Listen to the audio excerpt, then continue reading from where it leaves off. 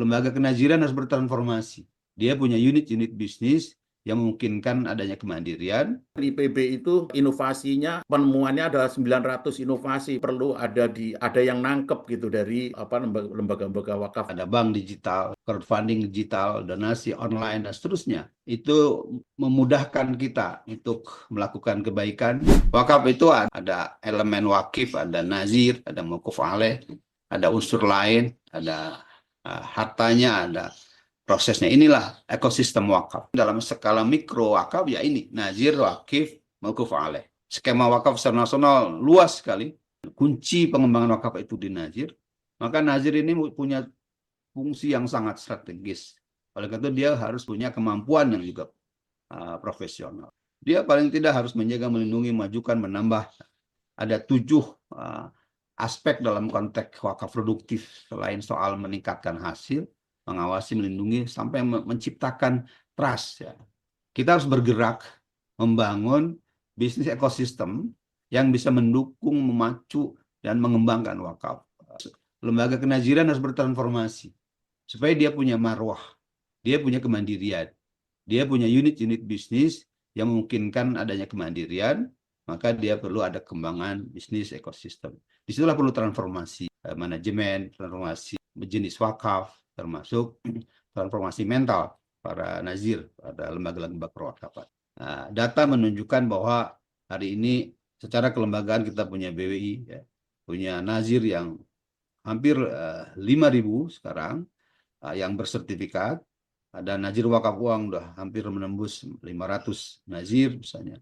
Ada LKSPWU, 25 juta wakil. Kalau itu dipelihara dan istiqomah berwakaf, tidak hanya sekali, itu potensi yang luar biasa. Progresnya dari tahun ke tahun meningkat. Wakaf tanah yang seringkali dianggap hari ini menjadi susah orang berwakaf, tapi faktanya ada peningkatan 4-5% per tahun jumlah wakaf tanah. Wakaf uang juga pelan tapi pasti kita terus merangkak menghimpun wakaf uang, meskipun kita berhitungan kita 181 triliun, kita baru bisa menghimpun 3 triliun.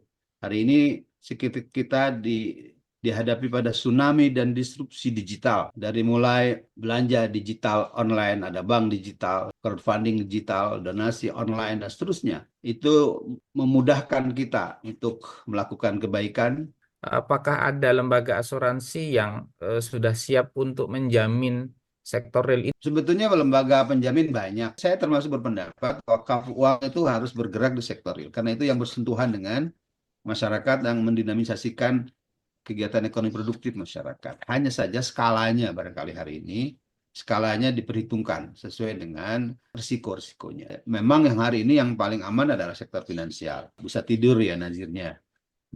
Tapi lagi-lagi di situ perlu duitnya gede. Kalau uangnya sedikit, imbal hasilnya juga terbatas. Bisa saja sepanjang visible untuk premi biaya penjaminannya, ya lakukan saja dengan melibatkan lembaga penjamin. Banyak lembaga asuransi. Kalau yang tadi investasi, insya Allah kita juga punya penjaminnya. Salah satunya adalah kolateral. Juga proyek-proyek yang kita investasikan juga diasuransikan ke asuransi Skrindo dan lain-lainnya. Kami, Lembaga Wakaf Nurul Taqwa, adalah nazir wakaf uang. Kita sudah menjalankan ke tiga-tiganya proses di pengembangan harta benda wakaf. Satunya adalah tadi ke lembaga keuangan syariah, kemudian kita ada investasi, dan kita juga ada equity ya di chip in ke perusahaan-perusahaan. Kemarin kita menjalankan, salah satu yang kita jalankan itu adalah dengan IPB University. Itu kita bikin pabrik gelatin halal pertama di Indonesia. IPB itu inovasinya, penemuannya adalah 900 inovasi, Prof. Tatang. Jadi 900 inovasi itu perlu ada yang nangkep gitu dari lembaga-lembaga wakaf yang lain yang gede gitu.